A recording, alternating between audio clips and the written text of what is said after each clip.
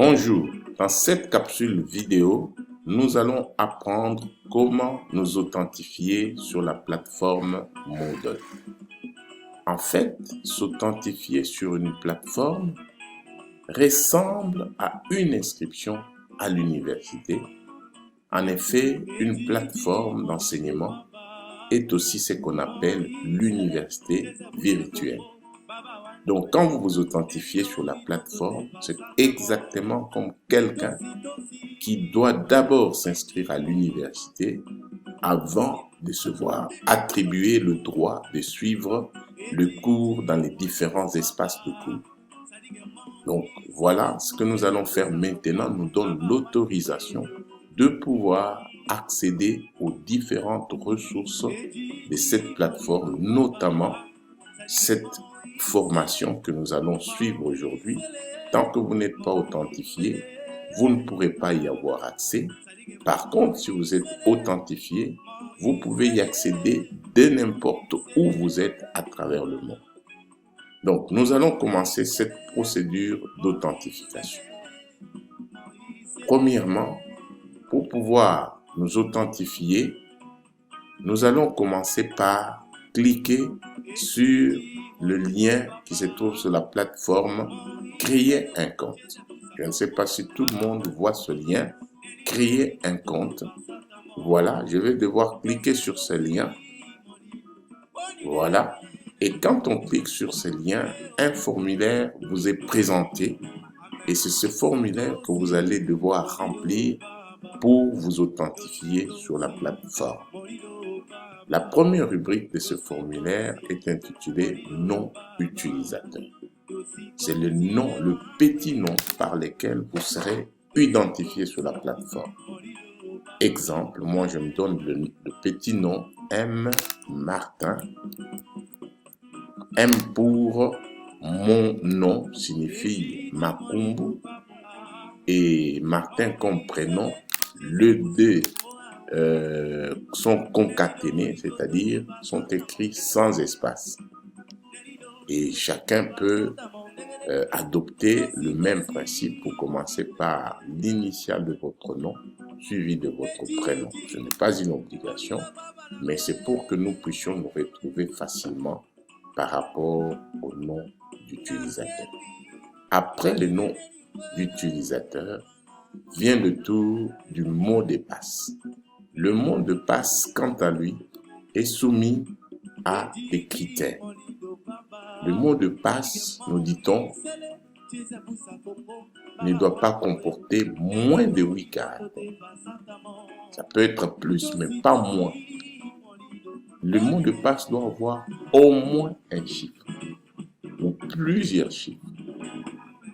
Le mot de passe doit avoir au moins une lettre minuscule. Il doit avoir au moins une lettre majuscule.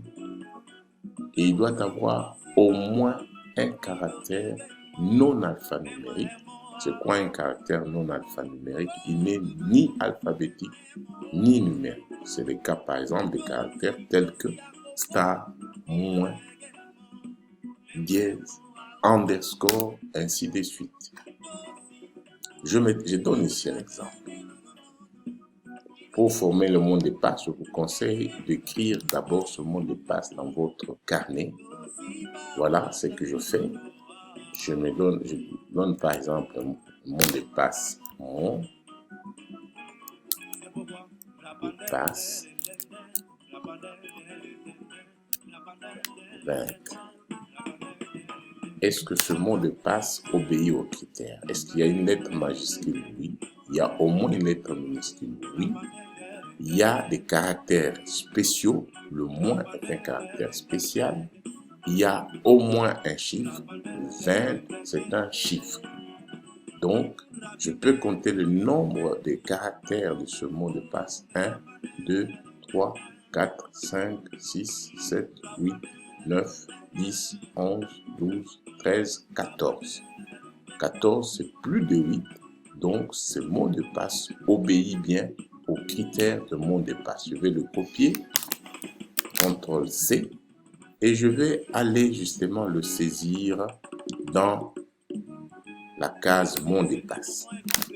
Voilà, il est directement crypté, c'est pour permettre aux gens de ne pas le déchiffrer. Et après le mot de passe, on nous demande de donner notre adresse mail. Ici, je précise qu'il faut donner l'adresse mail qui est fonctionnelle. Si cette adresse n'est pas fonctionnelle, eh bien, vous ne serez pas authentifié sur la plateforme. Moi, je donne mon adresse, martin.makumbu. C'est mon adresse, arrobase,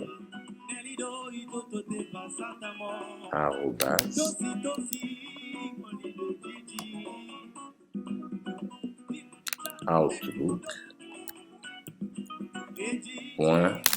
C'est mon adresse. On me demande de confirmer cette adresse. Copie. Voilà, c'est ça l'adresse. Ensuite, on me demande de donner mon prénom. Ensuite, on me demande de donner le nom.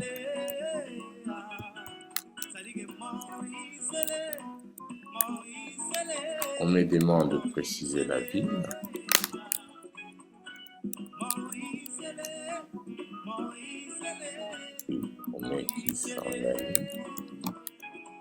On me demande de préciser le pays. Je dois choisir le pays. Je cherche la RDC, le Congo démocratique. J'espère que je vais bien trouver. Congo, République démocratique du Congo. Elle est bien là. Voilà, j'ai fini d'inscrire les différentes informations sur le formulaire et on me présente un bouton « Créer mon compte ». Je clique sur ce bouton « Créer mon compte ». Je peux enregistrer ces informations sur mon ordinateur. Et voilà, le système nous renvoie, si tout est bien, le système nous renvoie un message de confirmation. Il dit ceci: un message vous a été envoyé à l'adresse du courriel martin.makumbu@outlook.fr. Il contient des informations pour terminer votre enregistrement. Si vous rencontrez des difficultés, veuillez contacter l'administrateur du site. Donc, on me renvoie à mon adresse mail. Je vais chercher à entrer dans mon adresse mail rapidement. Voilà, je vais entrer dans mon adresse mail pour voir si le message m'a été envoyé. Voilà, ça c'est mon adresse mail.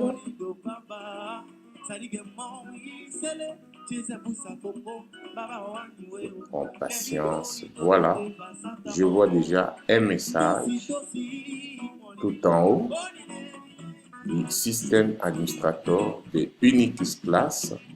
Bonjour Martin Makumbu, la création d'un compte pour Moodle a été demandée en utilisant votre adresse de courriel.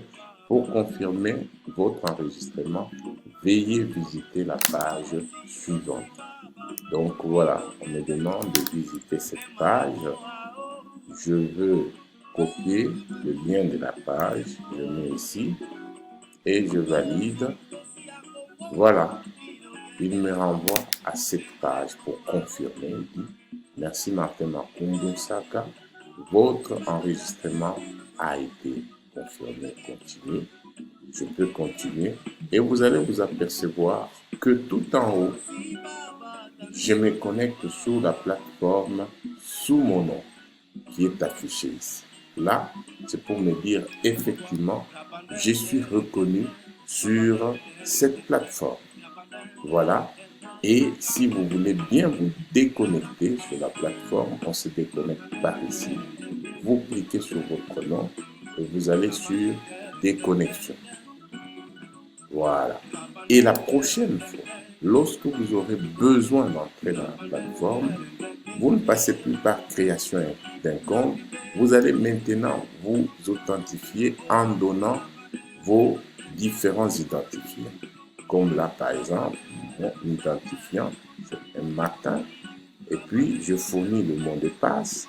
Et après, je clique sur connexion. Voilà. Et là, je suis pleinement sur la plateforme. Et la prochaine étape, une fois sur la plateforme, vous n'avez pas encore accès aux ressources. Pour avoir accès aux ressources, il faut que le propriétaire de la ressource, dans le cas d'espèce, ce moi, le propriétaire de cette ressource, il faut que je vous inscrive à cette ressource pour que vous puissiez accéder finalement au cours. Vous voyez les différentes mesures de sécurité. Si je m'adresse aux enseignants qui disent que s'ils mettent leur cours en ligne, ces cours seront vus par n'importe quel étudiant, ce qui est faux. Ce cours ne peut y accéder que la personne à qui vous avez donné l'autorisation, c'est-à-dire la personne qui est inscrite au cours. Donc l'étape qui vient, c'est moi qui vais vous inscrire à ce cours pour que vous puissiez y accéder.